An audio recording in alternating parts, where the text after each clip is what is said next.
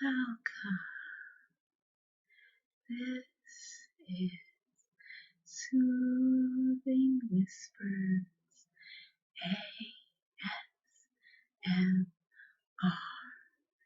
As always, if there are any sounds or words you would like to hear me perform, please leave them below in the comments.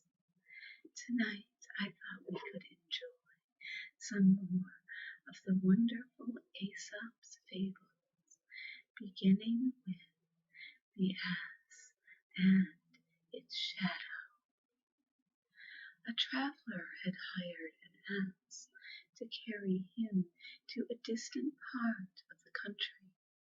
The owner of the ass went with the traveler, walking beside him to drive the ass and point out the way. The road led across a treeless plain where the sun beat down fiercely. So intense did the heat become that the traveler at last decided to stop for a rest, and as there was no other shade to be found, the traveler sat down in the shadow of the ass.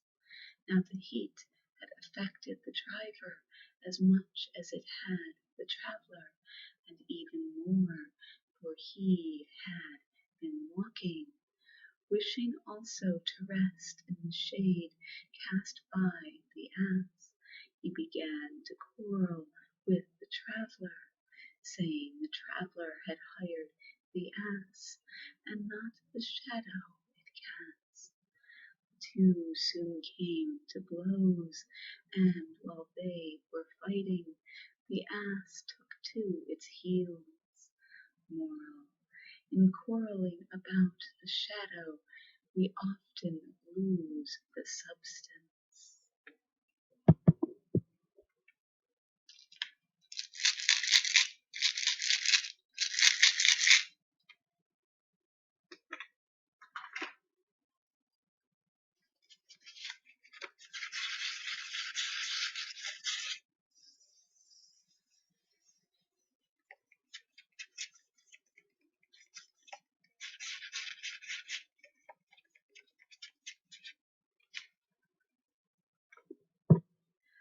The miller, his son, and the ass. One day, a long time ago, when an old miller and his son were on their way to market with an ass which they hoped to sell, they drove him very slowly, for they thought they would have a better chance to sell him if they kept him in good condition. As they walked along the highway, some travelers laughed loudly at them. "What foolishness," cried one, "to walk when they might as well ride! The most stupid of the three is not the one you would expect it to be." The miller did not like to be laughed at, so he told his son to climb up and ride. They had gone a little farther along the road when three merchants passed by. "Ooh, what have we here?" they cried. "Respect old age, young man. Get down and let the old man ride." Though the miller was not tired, he made the boy get down and climbed up himself to ride, just to please the merchants. At the next turnstile they overtook some women carrying baskets loaded with vegetables and other things to sell. "Look at the old fool," exclaimed one of them, "perched on the ass, while that poor boy has to walk." The miller felt a bit vexed, but to be agreeable he told the boy to climb up behind him. They had no sooner started out again than a loud shout went up from another company of people on the road. What a crime, cried one, to load up a poor dumb beast like that. They look more able to carry the poor creature than he to carry them. They must be on their way to sell the poor thing's hide, said another. The miller and his son quickly scrambled down, and a short time later the market-place was thrown into an uproar as the two came along carrying the donkey slung from a pole.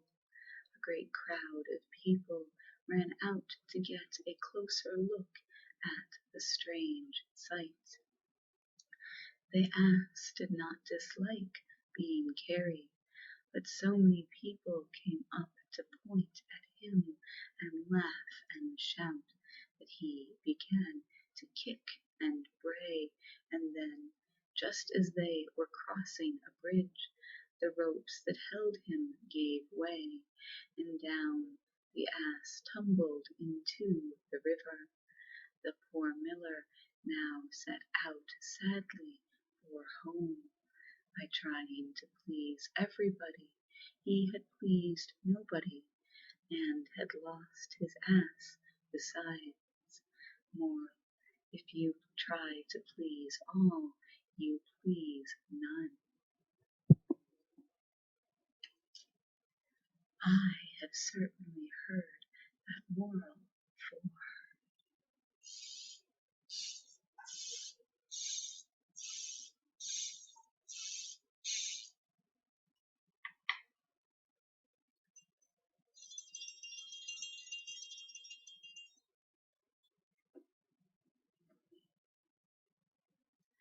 The ant and the dove. A dove saw an ant fall into a brook. The ant struggled in vain to reach the bank, and in pity the dove dropped a blade of straw close beside it. Clinging to the straw like a shipwrecked sailor to a broken spar, the ant floated safely to shore. Soon after, the ant saw a man getting ready to kill the dove with a stone. But just as he cast the stone, the ant stung him in the heel, so that the pain made him miss his aim, and the startled dove flew to safety in a distant wood. Moral: a kindness is never wasted.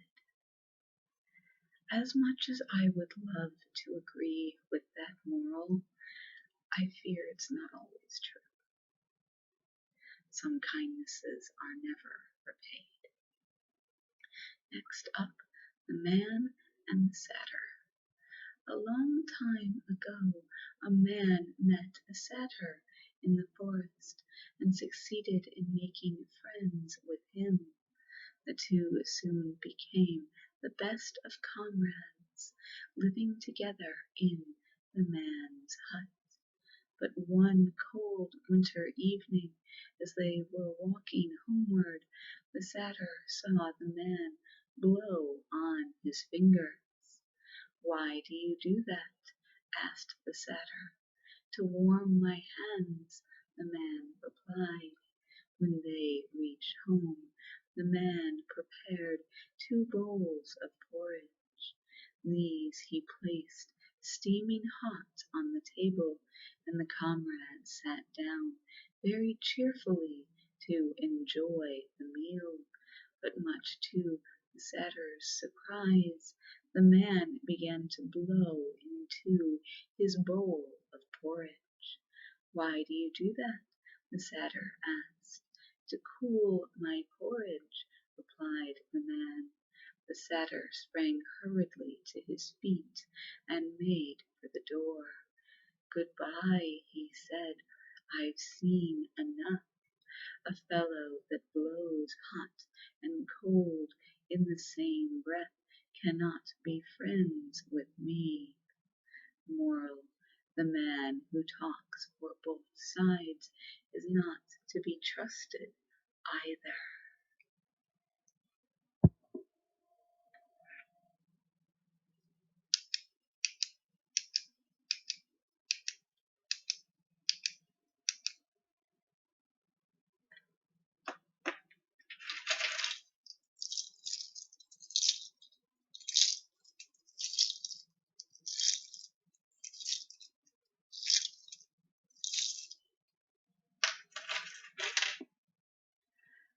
The wolf, kid, and the goat. Mother Goat was going to market one morning to get provisions for her household, which consisted of but one little kid and herself. "Take good care of the house, my son," she said to the kid as she carefully latched the door. "Do not let anyone in unless he gives you this password. Down with the wolf and all his species." Strangely enough, a wolf was lurking near and heard what the goat had said. So as soon as Mother Goat was out of sight, up he trotted to the door and knocked. "Down with the wolf and all his species," said the wolf softly. It was the right password, but when the kid peeked through a crack in the door and saw the shadowy figure outside, he did not feel at all easy. "Show me a white paw," he said, "or I won't let you in." A white paw, of course, is a feature few wolves can show, so Master Wolf had to go away as hungry as he'd come. "You can never be too sure," said the kid when he saw the wolf making off to the woods. Moral: two sureties are better than one. The Swallow and the Crow. The Swallow and the Crow had an argument one day about their plumage. Said the Swallow, "Just look at my bright and downy feathers. Your black, stiff quills are not worth having. Why don't you dress better? Show a little pride." "Your feathers may do very well in spring," replied the Crow, "but I don't remember ever having seen you around in winter, and that's when I enjoy myself the most." Moral: friends in fair weather only, aka fair weather friends, are not worth much. I remember when I was a child back in elementary school, and they show you all those videos that are supposed to help you learn. We absolutely had a video on the topic of fair weather friends.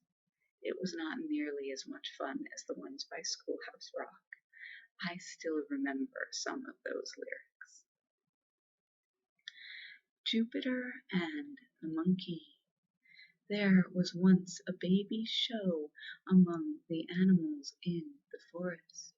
Jupiter provided the prize.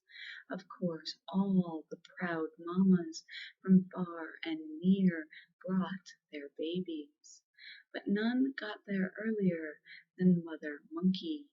Proudly she presented her baby among the other contestants. As you can imagine, there was quite a laugh when the animals saw the ugly, flat-nosed, hairless, pop-eyed little creature. "Laugh if you will," said the Mother Monkey. "Though Jupiter may not give him the prize, I know that he is the prettiest, the sweetest, the dearest darling in the world." Moral: mother love is blind.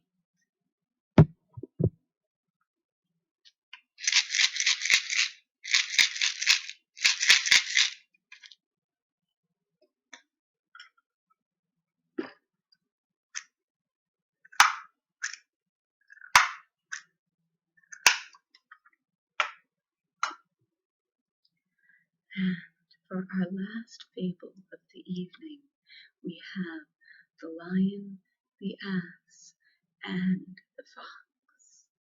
A lion, an ass, and a fox were hunting in company and caught a large quantity of game. The ass was asked to divide the spoils. This he did very fairly, giving each an equal share. The fox was well satisfied, but the lion flew into a great rage over it. With one stroke of his huge paw, he added the ass to the pile of the slain. Then he turned to the fox. "You divide it," he roared angrily. The fox wasted no time in talking. He quickly piled all the game into one very great heap. From this he took a very small portion for himself, such undesirable bits as the horns and hoofs of a mountain goat and the end of a fox tail. The lion now recovered his good humor entirely. "Who taught you to divide so fairly?" he asked pleasantly. "I learned a lesson from the ass," replied the fox, carefully edging away. Moral: learn from the misfortune of others. This reminds me of something my mother always used to do. For instance, say there was a cake and there were two pieces left that hadn't been divided yet, and my brother and I both wanted a slice. My mother's rule was one person got to cut while the other got to choose. In that way, she felt that the split would be the most equitable. Of course, in that fable we just read, I think in the end the lion is going to lose out, because I don't think the fox is ever going to want to hunt with him again. What do you think?